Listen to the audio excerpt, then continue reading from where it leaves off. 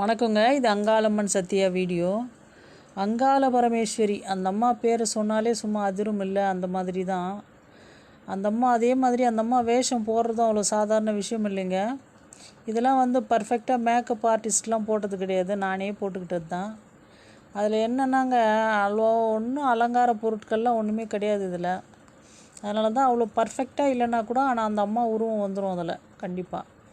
ஏன்னா கோயில்களில் இந்த மாதிரி தான் போடணும். அங்கே போயிட்டு நம்ம ஃபவுண்டேஷன் க்ரீமு, அப்புறம் அந்த க்ரீம் இந்த க்ரீம், அப்புறம் மஸ்காரா ஐலைனர் அந்த மாதிரிலாம் போடக்கூடாதுங்க.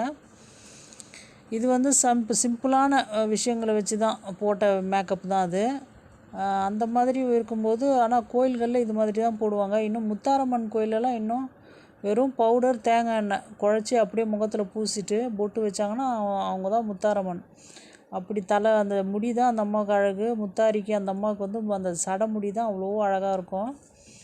அங்காள பரமேஸ்வரி அந்த அம்மாவுக்கு கூட ஒன்றும் இல்லை, ரெட் கலர் முகத்தில் அடித்து ஒரு கிரீடம் வச்சுட்டா அந்த அம்மா தான், பெரிய பொட்டு வச்சுட்டா அங்காள பரமேஸ்வரி தான். சில பேர்லாம் அந்த அம்மா வேஷத்தை அப்படியே பர்ஃபெக்டாக போடுவாங்க. எப்படின்னாங்க, தலைவிரி கோலமும் அந்த மண்டை ஓடு, ஒரிஜினல் மண்டை ஓடு கூட போடுவாங்க. அப்படியே அந்த பொட்டும் அந்த முகமும் பார்க்க அப்பா படு பயங்கரமாக இருக்குங்க. ஆனால் நான்லாம் அம்மா வேஷத்தை எப்போவுமே ரொம்ப ஆக்ரோஷமாக போட்டது கிடையாதுங்க. ஏன்னா பயப்படுவாங்க மக்கள், கிட்ட நெருங்கி வரவே பயப்படுவாங்க. நம்ம ஓரளவுக்கு கொஞ்சம் நார்மலாக போட்டால் தான் அந்த அம்மா நம்ம முகத்தை பார்த்தாலும் கொஞ்சம் பயம் இல்லாமல் மக்கள் பேசுவாங்க, ஃபோட்டோ எடுப்பாங்க. அம்மா அங்காள பரமேஸ்வரி அந்த வேஷம் மலையனூரில் போட்டாலே